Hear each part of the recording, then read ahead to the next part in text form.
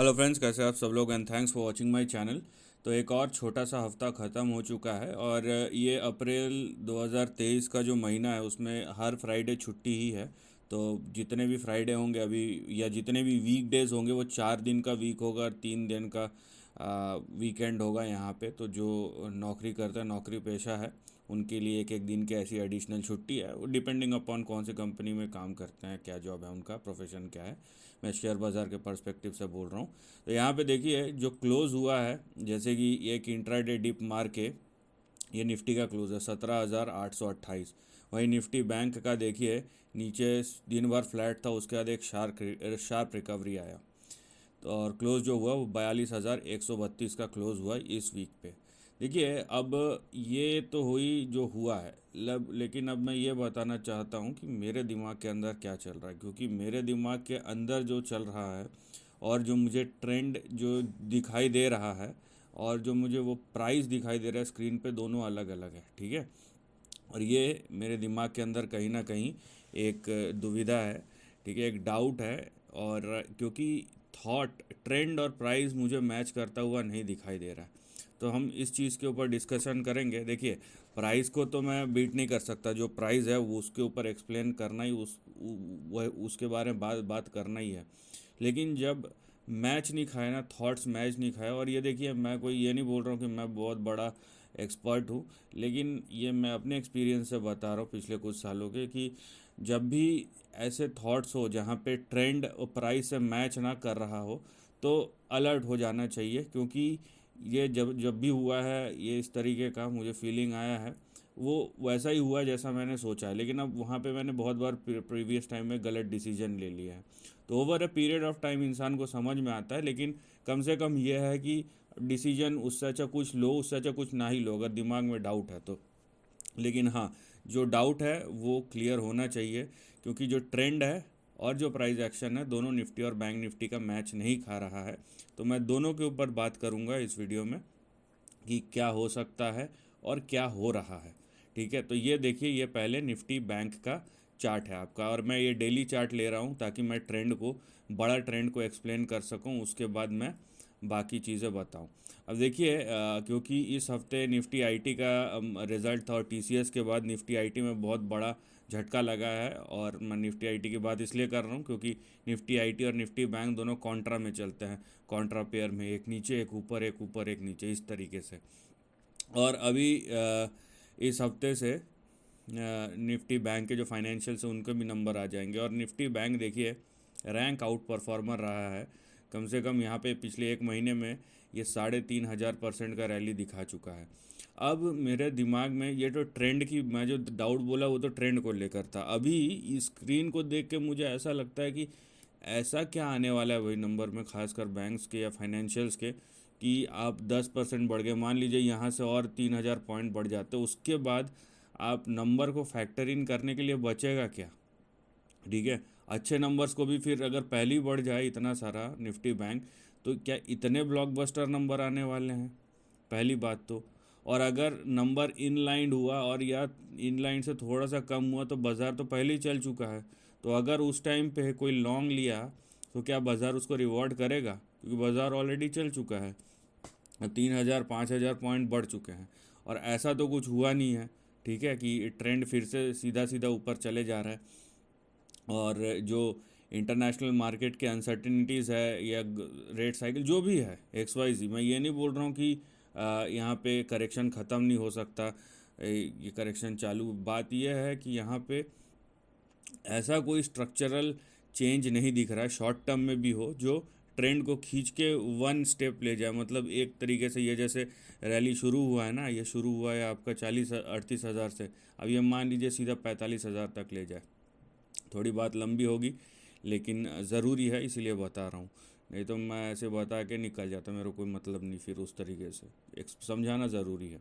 अब देखिए मैं पहले निफ्टी बैंक के ट्रेंड को, मैं जो बड़ा ट्रेंड जो मुझे दिखाई देता है उसको एक्सप्लेन करूँगा, उसके बाद अभी क्या हो रहा है उसके बारे में डिस्कस करूँगा। ठीक है, और यहाँ पे मैं लाइन ऐसी डूडलिंग एक तरीके से कर रहा हूँ। तो देखिए यहाँ पे मैं बस यहाँ पे कनेक्ट कर रहा हूँ, कनेक्टिंग द डॉट्स, है ना, और आपको दिखाई देगा कि ट्रेंड किस तरीके का है। अब देख रहे हैं यहाँ पे, और ये पिछले 2 से 3 सालों का डेटा है, जिस पे अगर मैं यहाँ पे ट्रेंड बनाऊँ तो मुझे क्या नज़र आता है, अब देख लीजिए। ये मुझे क्या, ये आप सबको भी नज़र आएगा, आप भी करेंगे तो। डेली चार्ट पे कर रहा हूँ, तो आप देख रहे हैं यहाँ पे कि प्राइस एक्शन क्या है और इंडिकेशन क्या है और हो क्या रहा है। तो यहाँ पे नो डाउट एक करेक्शन शुरू हुआ है, और हम कहीं ना कहीं, अगर मैं बड़ा ट्रेंड को देखूँ तो हम करेक्शन के बीच में हैं। और इससे पहले भी आप देखिए, जब भी ये करेक्शन हुआ है ना, जैसे ये शुरू हुआ, पिछला करेक्शन शुरू हुआ था 2021 से, जो 2022 तक चला था। यहाँ पे देखिए जब बाउंस बैक आते हैं ना, यहाँ पे देखिए 45 दिन में 14%, ये तो और शार्प था। यहाँ पे 23 दिन में 20%। तो ये शॉर्ट कवरिंग रैलीज जब आती है ना, वो बहुत बहुत ज़्यादा ब्रूटल होती है। वो ऐसा लगता है कि हमें सब कुछ चेंज हो गया, लेकिन हम थोड़ा सा अगर दिमाग को यहाँ पे शांत करके ओवरऑल व्यू को लेने की कोशिश करें तो हमें कुछ और ही नज़र आएगा। तो यहाँ पे अगर आप ट्रेंड को देखेंगे बैंक निफ्टी के, तो आपको क्या दिखाई देगा। यहाँ पे देखिए, पहले फ़िलहाल मैं एक्सप्लेन कर रहा हूँ। ऊपर 43,900 या 44,000, और नीचे जो सपोर्ट का रेंज दिखाई दे रहा है वो कहीं ना कहीं 35,000 से लेके 36,000, 36,500, 37,000 के बीच में दिखाई दे रहा है। ठीक है, ये हो गया ब्रॉड रेंज। अब ये होने में कितना टाइम लगेगा। पिछले बार ये करेक्शन होने में आप देखिए, इन टर्म्स ऑफ डेज 242 दिन लगे थे। ठीक है, तो मतलब 8 महीने से 10 महीने, 8 महीने तो लग ही गए थे। तो अभी ये जो करेक्शन हुआ है, ये होते होते अभी 120 दिन ही हुआ है। तो समझ लीजिए 120 प्लस 120, 6 महीने और लग सकते हैं अगर इस स्पीड से गया तो, है ना। उस बीच में भी आप देखिए कितने वोलेटाइल और शार्प मूव्स हैं। तो ये आप समझ गए, ये समझना बहुत ज़रूरी है। अब बात यह है कि अब मैं थोड़ा शॉर्ट टर्म में जाता हूँ, थोड़ा ट्रेंड के अंदर घुसते हैं, तब आपको पता चलेगा कि अभी हो क्या रहा है। क्योंकि ये जिस तरीके का मोमेंटम है, मैं बस ये समझने की कोशिश कर रहा हूँ। अगर मैं ट्रेडिंग के पर्सपेक्टिव से देखूँ तो लगेगा कि ओवर स्ट्रेच हो चुका है। क्योंकि आप फैक्टर इन क्या करेंगे मेरे को कि अब बैंक्स के क्या 25-25% सबके प्रॉफिट में जंप आने वाला है, ऐसा कुछ होने वाला है क्या। ठीक है, क्योंकि हर कोई एक ना एक तरीके से थोड़ा सा व्यू कॉशियस ही रखने वाले हैं, है ना। क्योंकि जो चाहे डोमेस्टिक इकोनॉमिक्स हो, देखिए जो अभी नंबर आए हैं ना इकोनॉमिक डेटा का, वो आने वाले समय में दिखेगा। ठीक है, उसका कहीं ना कहीं उसका कितना इम्पैक्ट आया कितना नहीं आया, वो अब बाज़ार बताएगा या कंपनी वाले बताएंगे, वो ज़्यादा ज़रूरी है। लेकिन बहरहाल यहाँ पे टेक्निकली एक ब्रेकआउट हुआ है। 41,680 और 41,970, इन दोनों लेवल्स के ऊपर ब्रेकआउट हुआ है। और टेक्निकली अगला टारगेट जो होगा यहाँ पे, आप देखिए टेक्निकली अगला टारगेट जो होगा बैंक निफ्टी का, वो 43,000 का होगा। ठीक है, और अगर ये 43,000 जाता है यहाँ से, ठीक है, अगले हफ्ते की मैं बात कर रहा हूँ, तो यहाँ पे समझ लीजिए 11% का मूव हो जाएगा। अब अगर मैं ट्रेडिंग के पर्सपेक्टिव से देखूँ तो ये एक स्ट्रेच्ड रैली दिखता है, ये सही में स्ट्रेच्ड रैली दिखता है। तो यहाँ पे नो डाउट कि यहाँ पे आपका जो ब्रेकआउट हुआ है उसके बाद अगला टारगेट 43,000 का है। लेकिन ये अगले हफ्ते का है, प्लस मैंने जो बड़ा ट्रेंड दिखाया उसको भी आपके अपने पर्सपेक्टिव में रखना चाहिए। क्योंकि अगर तो ये शॉर्ट कवरिंग रैली है, ठीक है, तो अगला मूव आएगा ना, इससे डबल स्पीड से नीचे गिर सकता है। ये भी एक बहुत बड़ा रिस्क है जो आपको ध्यान रखना चाहिए। तो बड़े ट्रेंड के मद्देनज़र आपको ये करंट ट्रेंड देखना पड़ेगा, और ये देखना पड़ेगा कि प्राइस एक्शन कहाँ तक जा रहा है, और हमें अगर आपने पोजीशन लिया हुआ है तो कहाँ पे आपको रुक जाना है। ठीक है, क्योंकि अननेसेसरी आप स्ट्रेच करते रहेंगे और एक दिन गिरावट आएगा, बैंक निफ्टी 1-1.5 हज़ार पॉइंट गिर गया तो सब कुछ साफ़ हो जाएगा। ये बात ध्यान रखिए। अब चलते हैं हम निफ्टी की ओर। और निफ्टी देखिए, निफ्टी क्योंकि खाली बैंक निफ्टी से नहीं बना हुआ है, निफ्टी के पीछे और भी कॉन्स्टिट्यूएंट्स हैं। तो निफ्टी उस तरीके से परफॉर्म नहीं किया जैसे बैंक निफ्टी लीड कर रहा है। ठीक है, नो डाउट इसमें भी आप देखिए कि कितना शार्प रैली आया है। 23 दिन में इसने 5% ही दिया है, उसमें तो 10% के आसपास, 10-11% या 5% ही दिया है। तो निफ्टी का अगर आप ट्रेंड देखेंगे तो उतना प्रॉमिसिंग नहीं है इन टर्म्स ऑफ परसेंटेज। ठीक है, इन टर्म्स ऑफ ट्रेंड ये नो डाउट रेजिलियंस इसमें है, लेकिन इन टर्म्स ऑफ परसेंटेज ये बैंक निफ्टी जैसा परफॉर्म नहीं कर रहा है। ये भी बात आप ध्यान रखिए। अभी मैं अगर इसमें कुछ ट्रेंड खोजने की बात करूं यहाँ पे, ठीक है, समझने की बात करूं, तो यहाँ पे आप देखिए कि किस तरीके का ट्रेंड यहाँ पे बन सकता है। मैं बस कनेक्ट कर रहा हूँ चीज़ों को एक पोटेंशियल डिग्री पे कि क्या हो रहा है या क्या हो सकता है, उस पर मैं बात करूँगा। तो यहाँ पे देखिए आप, ये देखिए यहाँ पे भी, और ये मैं ऐसा भी पिछले को लेता तो 15,000 का होता, लेकिन वो थोड़ा सा भी ओवर स्ट्रेच हो जाएगा। यहाँ पे जो इनिशियल या सामने जितने भी आपके कनेक्टिंग डॉट्स है उसको मैं अगर कनेक्ट करने की कोशिश करूँ, जो आपके सपोर्ट लेवल है या जहाँ से पोटेंशियल रैली हिस्टोरिकली शुरू हुई थी, तो यहाँ पे भी आपको दिख रहा है कि कहीं ना कहीं जो ट्रेंड है वो एक बड़े करेक्शन में एक शॉर्ट टर्म प्राइस एक्शन, यहाँ पे भी देखिए आप कितने शार्प प्राइस एक्शन आए हैं। ठीक है, जैसे बैंक निफ्टी में हुआ था, निफ्टी में भी देख लीजिए यहाँ पे देखिए 28 दिन में 11%, उसके बाद धड़ाम से नीचे गिरा, फिर देखिए 24 दिन में 15%।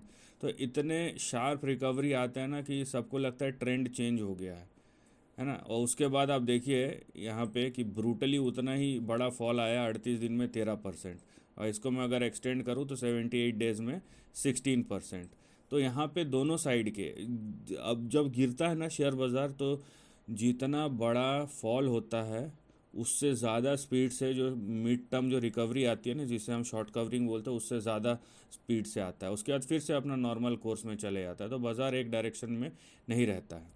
ठीक है, तो अगर मैं निफ्टी का उस तरीके से देखूँ जैसा बैंक निफ्टी का देखा था, तो बड़ा ट्रेंड आपको क्या दिखता है, ऊपर 19,000 और नीचे देखिए यहाँ पे 16,000 से 16,500 या 16,000 से 16,300 के बीच में आपको रेंज दिखाई देगा। तो ये बड़ा रेंज है जिस पे आपको ध्यान रखना है। अब चलते हैं हम यहाँ पे शॉर्ट टर्म ट्रेंड में और देखते हैं कि शॉर्ट टर्म ट्रेंड में हमें क्या इंडिकेशन मिल रहा है।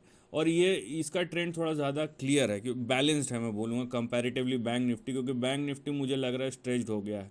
क्योंकि मेरे दिमाग में यही चल रहा है कि भाई अगर आप रिजल्ट से पहले इतना खींच देंगे तो मतलब ऐसा क्या होने वाला जो बाज़ार को नहीं पता है, या ऐसा क्या होने वाला। आज का जो रैली था, देखिए जो थर्सडे का जो रैली हुआ वो 16-17% AU स्मॉल फाइनेंस बैंक की वजह से हुआ। बाकी 1-2% गए हैं 2-3 बैंक्स, लेकिन इतना बड़ा जो रैली हुआ है उसमें AU स्मॉल फाइनेंस बैंक का सबसे ज़्यादा यहाँ पे पार्टिसिपेशन था। अब यहाँ पे देखिए शॉर्ट टर्म में मैं जाऊँ तो यहाँ पे भी वही चीज़ दिखाई देगा जो मुझे बैंक निफ्टी में दिखाई देता है। ठीक है, इसीलिए मैं बोल रहा हूँ ट्रेंड मुझे कुछ और दिखाई दे रहा है, लेकिन प्राइस एक्शन को मैं झुटला नहीं सकता, उसके साथ मैं फ़ाइट नहीं कर सकता। तो यहाँ पे भी निफ्टी दिख रहा है कि निफ्टी कहीं ना कहीं 18,000 को एक बार हिट करेगा। लेकिन उसके बाद क्या, अगर आप ट्रेंड को देखते हैं उसके बाद यहाँ पे ये रेंज एक्सपेंशन हो रहा है यहाँ पे। ठीक है, इसको एक ग्रामोफोन पैटर्न बोलते हैं, जर्मोफोन पैटर्न, जिसको जो चोंगा जैसा रहता है। और आप देखिए कि हर एक मूव के साथ यहाँ पे ये रेंज, ये जो है ना, ये एक्सपैंड होते जा रहा है।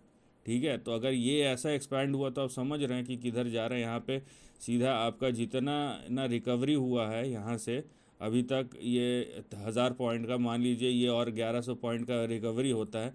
अगर ये ट्रेंड प्ले आउट हुआ तो यहाँ पे 1,500 पॉइंट का फॉल भी आ सकता है। ये भी एक बहुत ही इम्पॉर्टेंट चीज़ है जो आपको अपने दिमाग में इस बात को रखना है, राइट। तो यहाँ पे नो डाउट, निफ्टी हो या बैंक निफ्टी, नो डाउट यहाँ पे